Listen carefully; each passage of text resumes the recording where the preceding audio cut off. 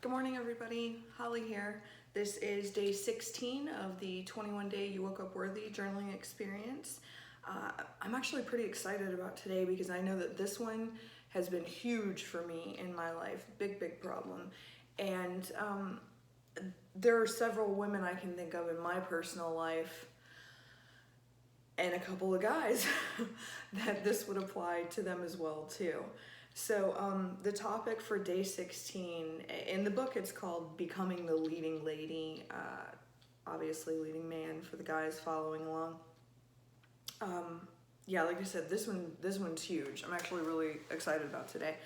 So I'm just going to read directly from the book because I feel like the author, Brittany West, really put it kind of perfectly. And I want you guys to kind of get the information the same way that I did. So here's what she has to say about this topic. You know what happens when you put everyone else's needs and wants ahead of your own? You become the supporting actress rather than the leading lady of your own life.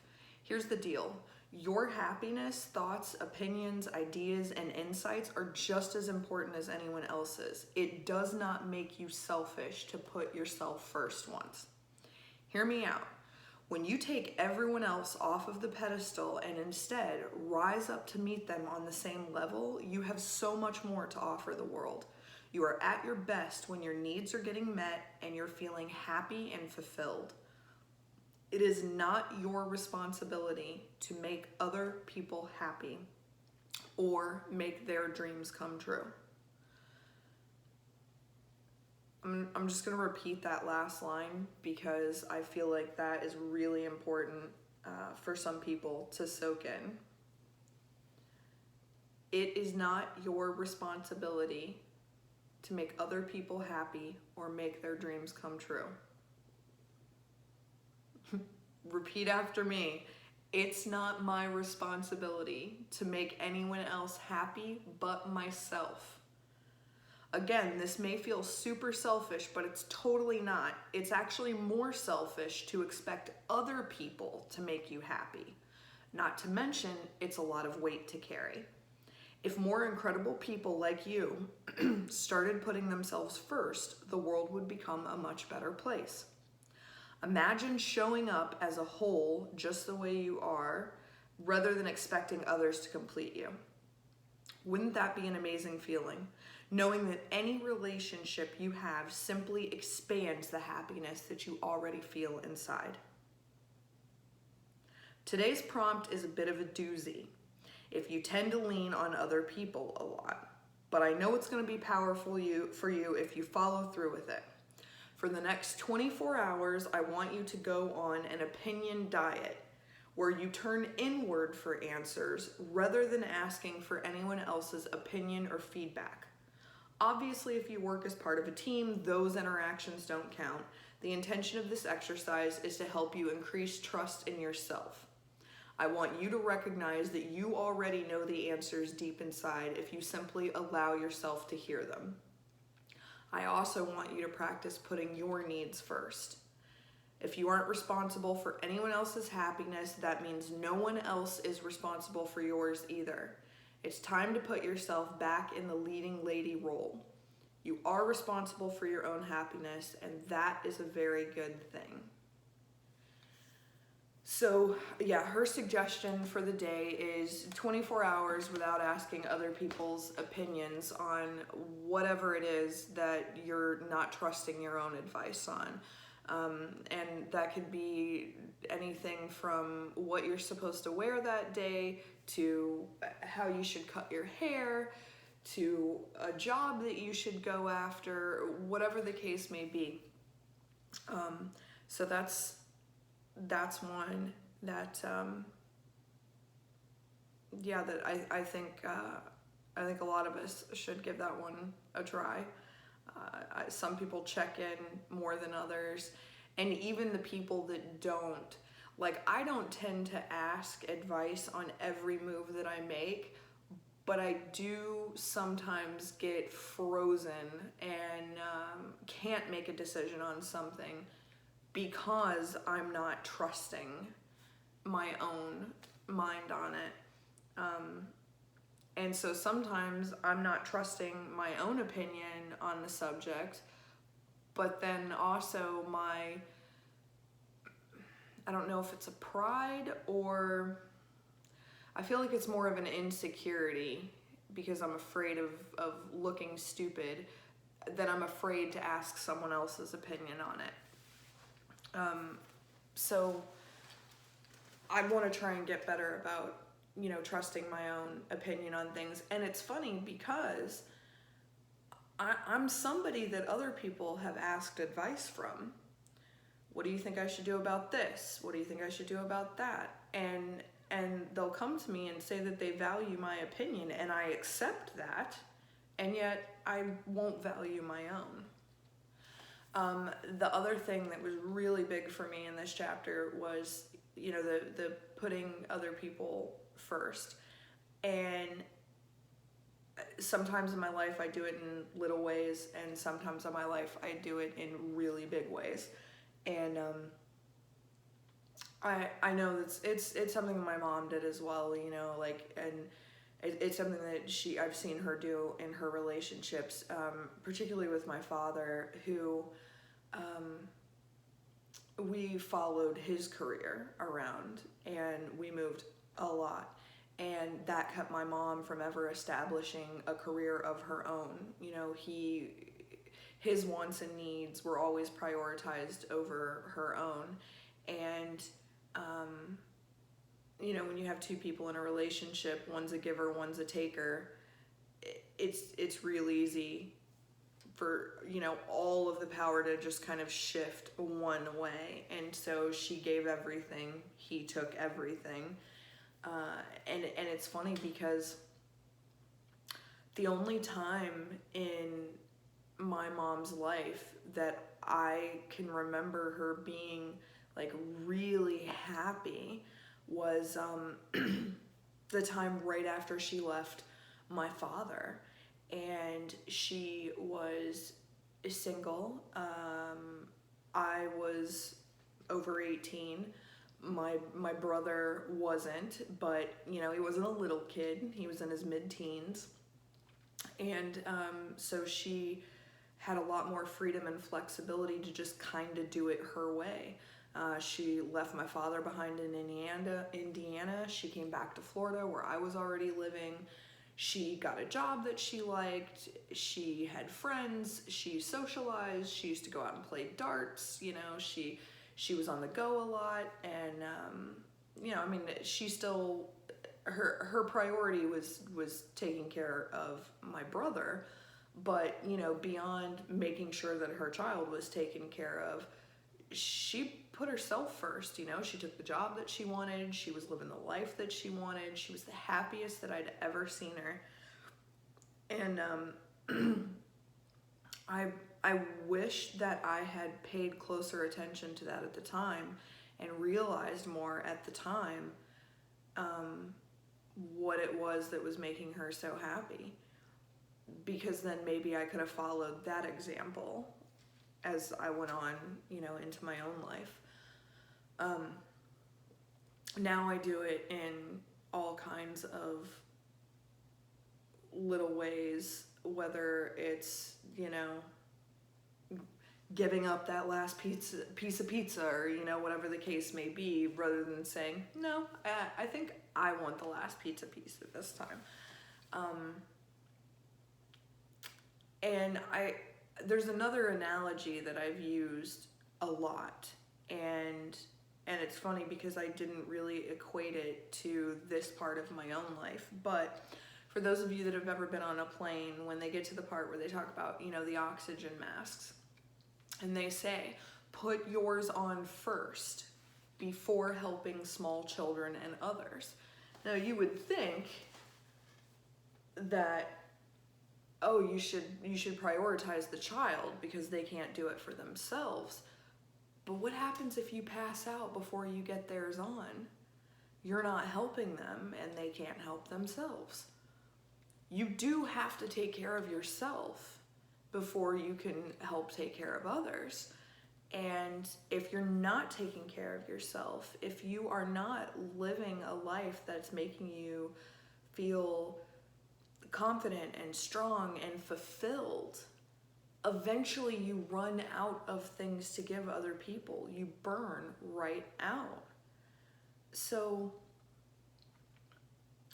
the other thing is that when I was reading this one, I thought of a friend of mine, one that I love dearly, that, you know, she recently shared a difficult kind of post on social media, one of those where, you know, you're struggling and you finally just kind of show it to the world.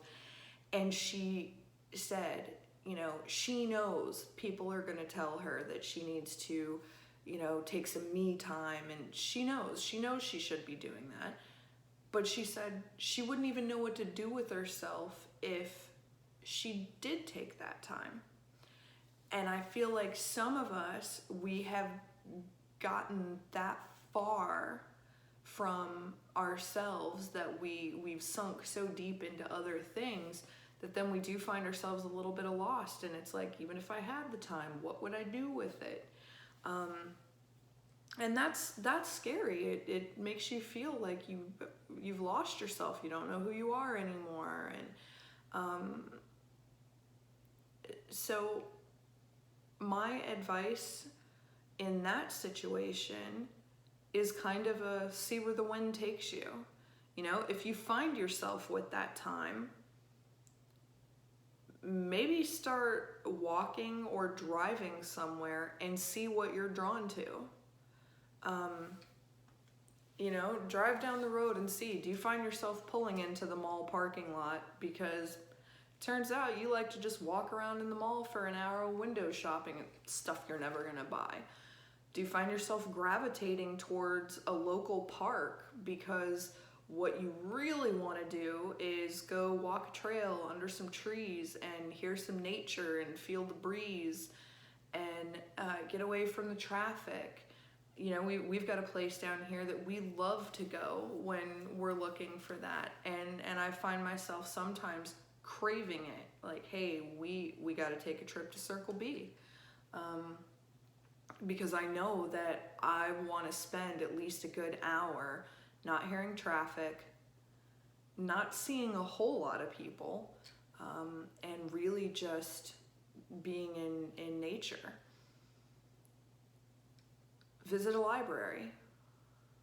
Walk around through the shelves. What sections do you gravitate towards? You know, and also libraries are great places. A lot of them will have like community bulletin boards. They'll talk about things that are kind of upcoming. Check out on Facebook, social media. There's always like groups for your town with, you know, things to do. Or if you're part of a buy-sell trade community on Facebook, in search of recommendations, put up a post and see what other people suggest. Like I said, this one really hit home with me because I feel like mostly my adult life, well, no, let me rephrase. No, even that's not right. I was gonna say when I'm in relationships, I take a back seat, but I realize that it's not just then. It's in all my relationships, where I will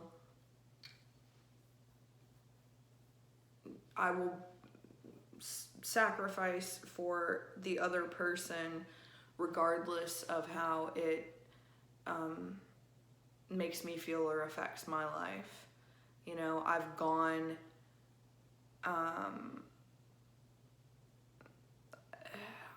to other people's events in their life, you know, graduations or holiday events or whatever the case may be, when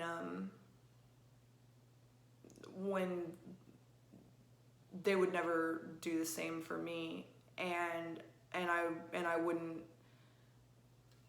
demand that for myself. I wouldn't put myself in the position to say, you know, hey, I'm the star of my show and here's my list of demands.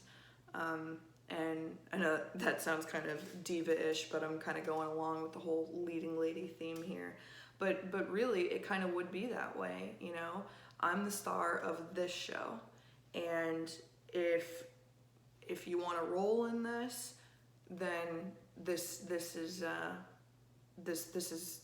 how it needs to be. These are the standards that need to be met.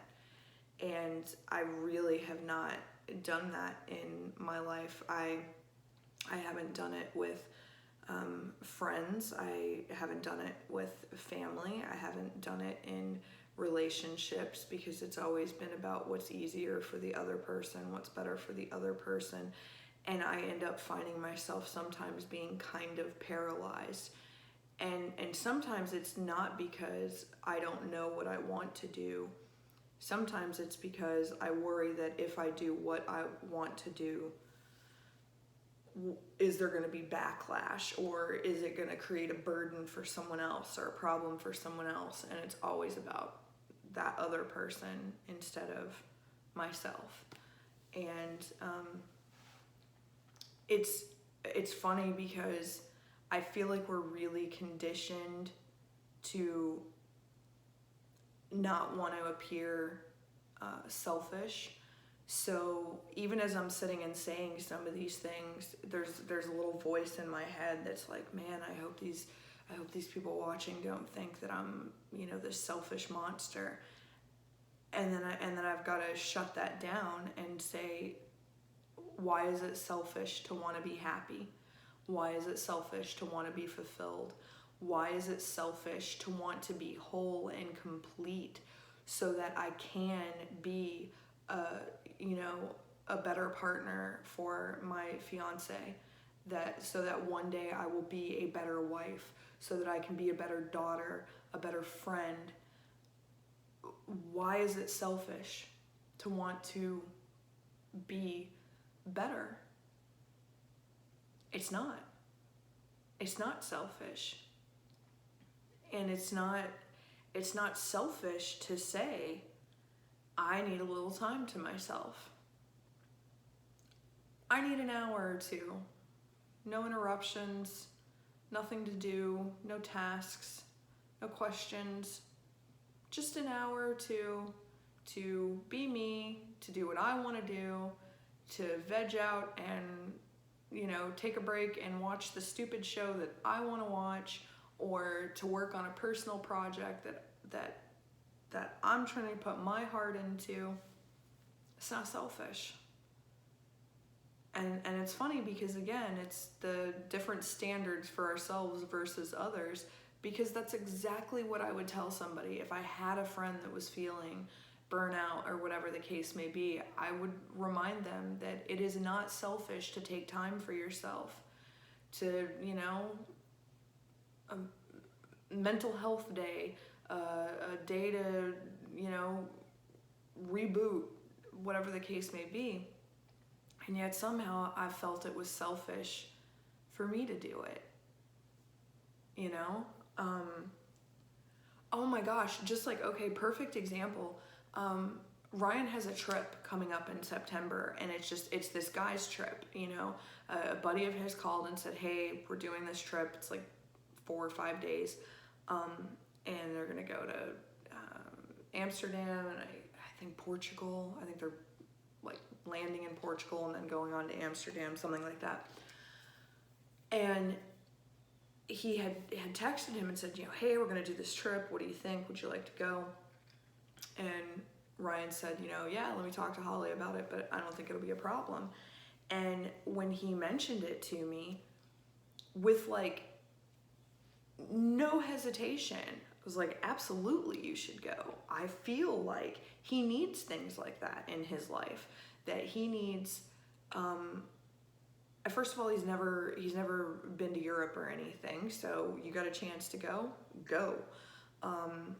He never does these kind of guys things like this. You know, his life tends to be, his work life tends to suck up a lot of his time, and neither of us have many friends that really live close by. So he just doesn't do stuff like this. And so I was thrilled for him. Like, yeah, absolutely. You should go play, have fun, and take lots of pictures for me. And yeah, there's a tiny little part of me that's a little bit jealous because I've never been to Amsterdam, but I was really happy for him. And there was no part of me that's like, well, you shouldn't go without me, or what about me, or how come I don't get to go, or because I see the importance of him having that for himself. And yet I think if the shoe was on the other foot, if it was the other way around, I don't think that I would have felt comfortable doing it. I think I would have felt guilty. Regardless of money. I mean, at this point in time, Ryan makes 98% of the money. But even if it wasn't that way, I think it would, I think I'd hesitate on that. I think I'd worry. And he'd probably be fine with it, but I think it would still bug me. Like somehow it's okay for him to have that for himself, but it's not okay for me to have the same thing. And that becomes the issue with not seeing yourself as, on equal footing with everybody else, is you tend to look at the world and say, well, this is okay for everybody but me. And it's just not true. And I feel like that's something that's starting to sink in with me. I'm not there yet, because even now, like I said, just sitting here thinking about it, I think it would bug me. I would really hesitate about taking like a girls' trip for 4 days and leave him behind. But I feel like I just said leave him behind, like I'm doing something bad to him by taking a trip with my friends, whereas, him taking a trip with his friends, I don't feel like he's leaving me behind. I don't feel like he's abandoning me or doing anything cruel or unkind by going and having a trip with his friends. So why do I do that to myself? Why do I look at myself and say, oh, you can't do that because that's not fair to someone else? And these are the things that are going to require the most work. Some of it's easier to overcome than others. This is one I think I'll work on for a while. But I think I'll just kind of leave that there. And I'm hoping that some of you maybe had a little bit of an eye-opener there. Because like I said, I know several people that personally could benefit from changing this part of their life. So let's do affirmations and wrap it up for the day. I woke up worthy today. Just by waking up, I am worthy of everything that my heart desires. I am a beautiful soul inside and out. I love myself completely and deeply. I am perfect at being me. Bye.